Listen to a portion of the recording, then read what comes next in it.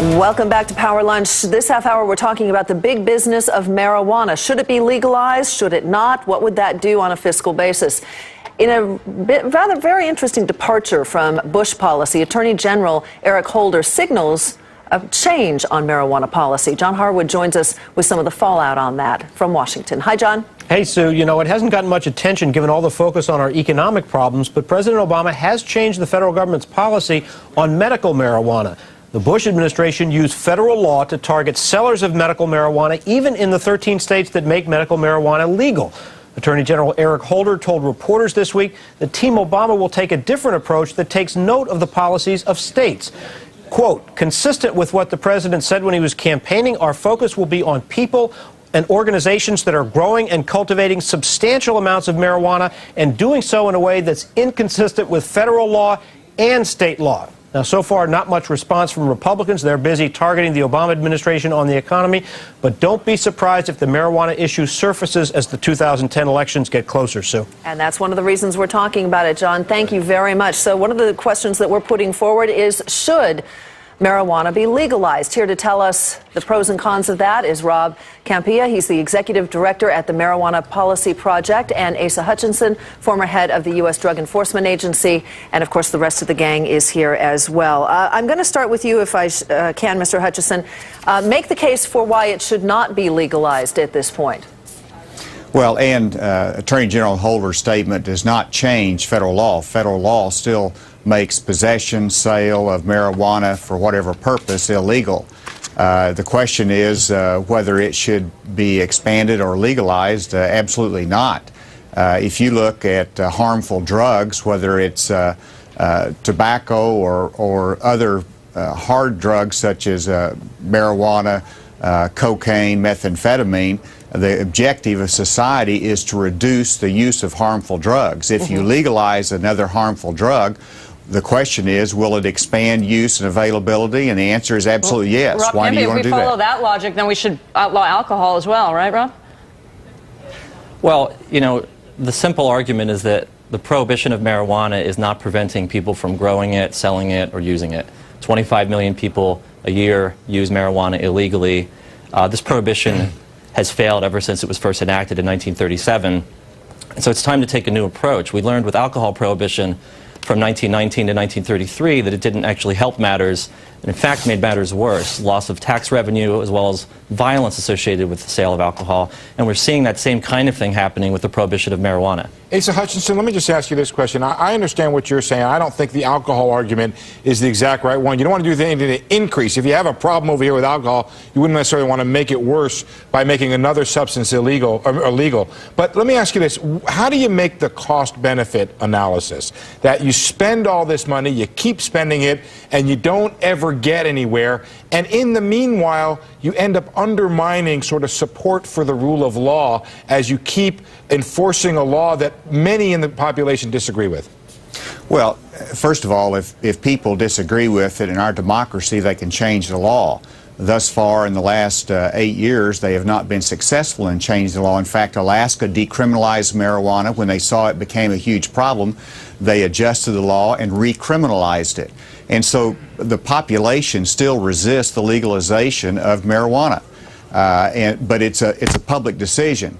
But whenever you talk about the cost benefit, first of all, the figures on enforcement, that applies across the board, whether it's all illegal drugs. If you legalize one drug, you still got enforcement costs and the whole vast range of methamphetamine, other illegal drugs. You know, let me just jump in here and share with you some numbers. The DEA spent $10 billion last year, $10 billion fighting marijuana. Not every drug, just marijuana. Now, keep in mind, California actually collected $11 million, small in comparison, but this is one state, in tax revenue off of medicinal marijuana. So it shows you that there is some money that can be made on the government's behalf in the way of taxes on this product. Guys, Rob, Asa, don't move. We're going to have more in this discussion right after that. Those are great numbers, Trish, and we'll talk about whether or not you can make a lot more money. Like maybe the state of California can use that shot in the arm after this. Meantime, on the U.S. markets, how much money do you pay in sales tax to the state of California every year? $300,000. 300,000. And what do you pay in federal income tax? About double that, about 500, 600,000. So the government's making money off you too. Definitely. We continue our discussion on the big business of marijuana and legalization. We got Rob Campion, Asa Hutchinson standing by with us. And Lee Gallagher, I want to bring you in because you edited a piece for your magazine about the legalization of marijuana. What kind of economic effect would that have? Would it be good for the country? Trish makes some really good points. We've got this natural resource right in our own backyard. Prices are doing well. Production is up. We found that actually last year was a record year because of a series of weather consequences. It was a bad year for wine, but it was a great year for marijuana. So, and if you look at the, as Trish mentioned, 13 states have actually decriminalized possession. The problem is the state and the federal laws really go kind of against each other.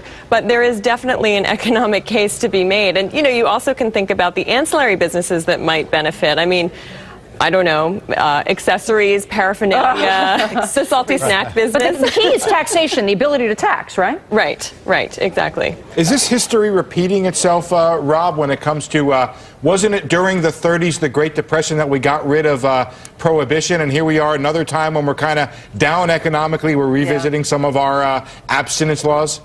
Yeah, it's the same situation. 1929, the stock market crashed, and then it was 4 years later that the country repealed alcohol prohibition, and it was largely, but not entirely, for economic reasons. There was a large industry that was not being taxed.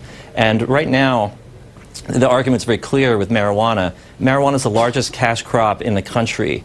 More marijuana is sold than vegetables and corn combined in this country. So it's not going away. Is that by dollar volume, Rob? Is that by dollar volume? Volume. Right? Okay. I just want to jump in here because price of marijuana, well, and this not price the is very quantity. important because think about this, guys.